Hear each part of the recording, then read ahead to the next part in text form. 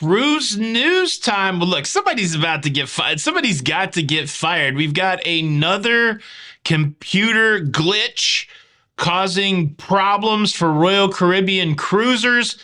We also have a cancellation of a Royal Caribbean cruise.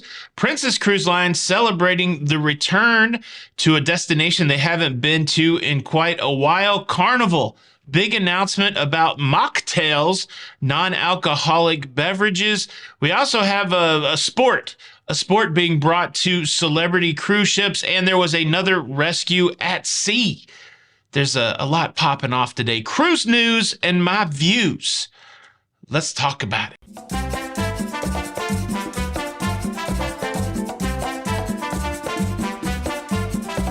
Hey, what's up, everybody? Welcome to La Lido Loca. I am your host, Tony, here to talk you through everything that's going on in cruising. I got some cruise news and my views for your face on this March the 16th, a Thursday, 2023, and I need to start the show off with a little bit of an apology. I apologize that I did not do a March the 15th show, because if I had, I would have warned you to beware of the Ides of March. You know who doesn't like the March 15th show? Julius Caesar. Tutu Brute. I don't know why that was rattling around in my head. Were you forced to read some Shakespeare in high school? And did the death date of Julius Caesar stick in your mind?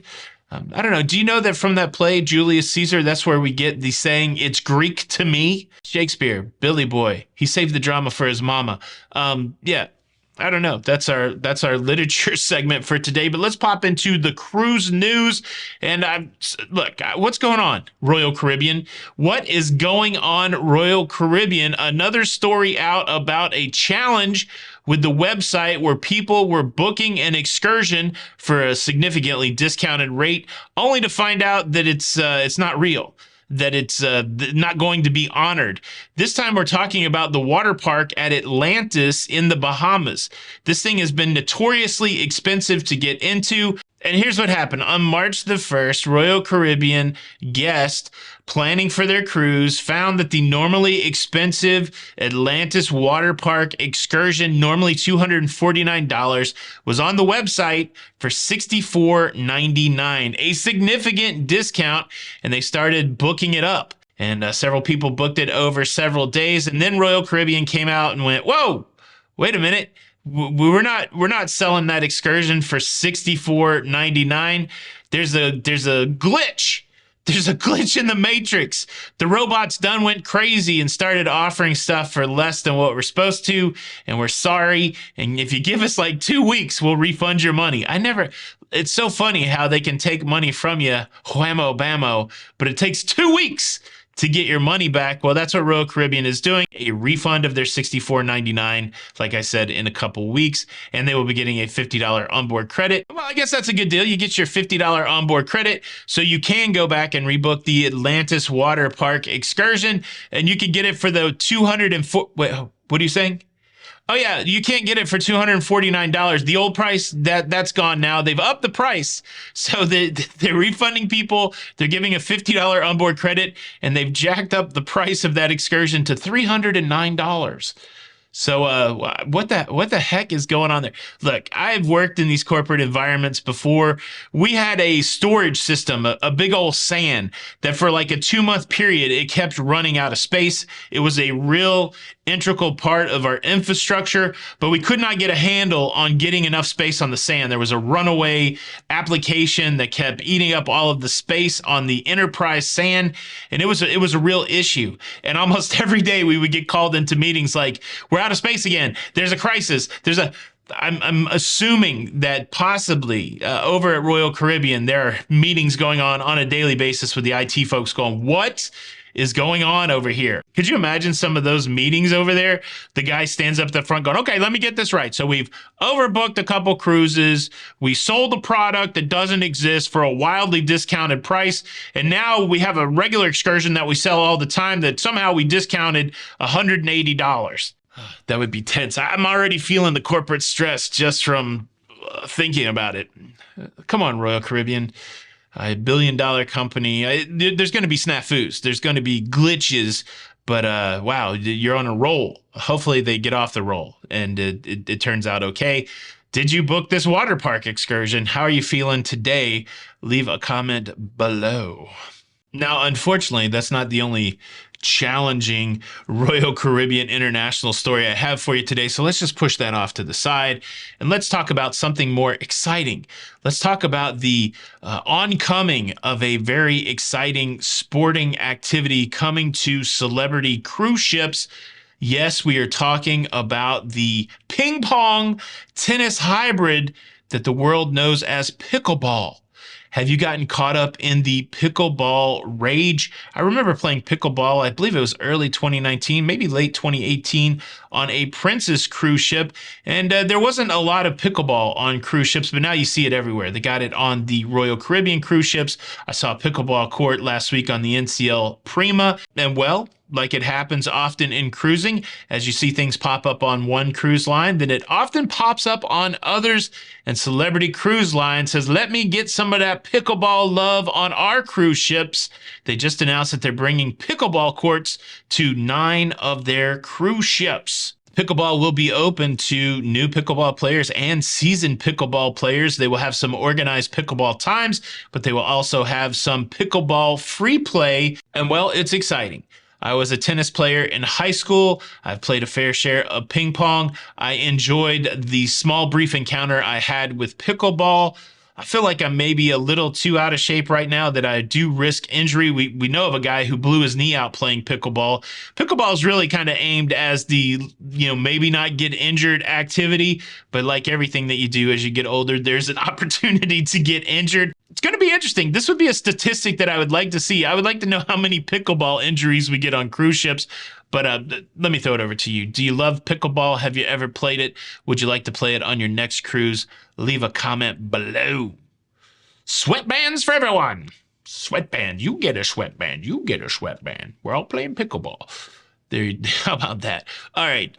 Shall we get back to the Challenge Royal Caribbean story? No. Let's don't. Let's keep the happiness rolling.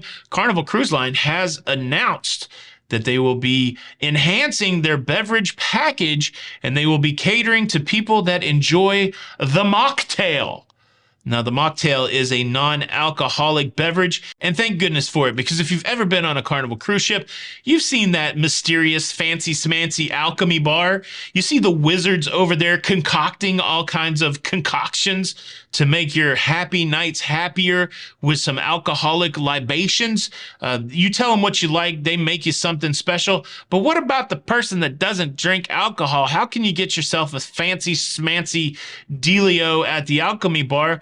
Well, they're coming up with a new set of non-alcoholic mocktails for cruisers on Carnival cruise ships. They're partnering with a company, L-Y-R-E. Is it Lyres? It sounds like Lyres. It's a whole company that's focused on non-alcoholic beverages, which I think that might be an interesting name. Lyres. I don't know how you say it. Maybe somebody in the comments knows how it is said. A lot of folks are celebrating this Carnival change because in the past, a lot of times if you were going to get a non-alcoholic beverage, you would just get a drink and they take out the liquor. And so it just tastes like whatever the mixer is, or you're stuck with like a non-alcoholic beer.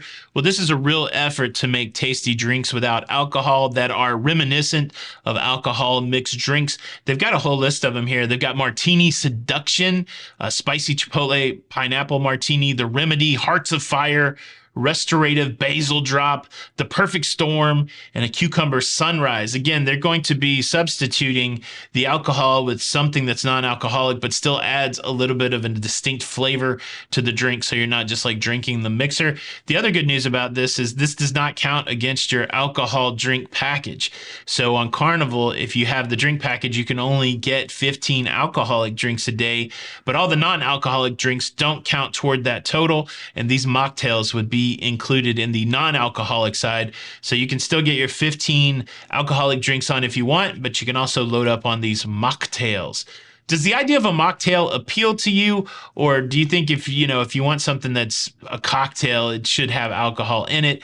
What do you think? Leave a comment below. Okay, moving on to the next cruise news story. Let me tell you about another challenge for Royal Caribbean. No, I'm not going to do that. Let me tell you about a rescue at sea. Last week, the celebrity Millennium assisted in the rescue of 35 refugees rescued from a small craft. They were notified by the Coast Guard. The Millennium altered its course to save these people from the sea. All indications are these were folks that were trying to leave Cuba and make it to the United States. We've seen many of these stories this year about cruise ships intervening, helping out. Again, this is the code of the sea, maritime law, that kind of thing, that when you have vessels in distress, other vessels respond to it. So good job, Celebrity Millennium, saving these people from death. And again, it continues to be a part of cruising. These folks that are out in the ocean trying to escape bad situations and get to other situations. Wish there were better situations for them. But yeah, they are safe.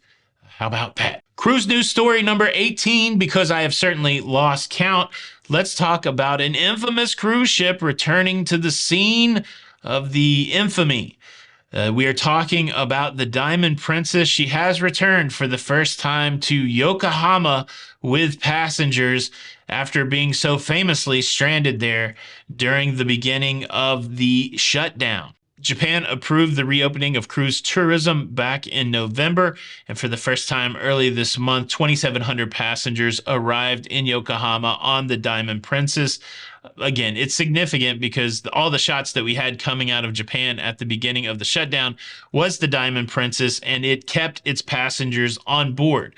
So much was not known at the time, at the beginning of the outbreak, and the idea was just let's keep everybody isolated.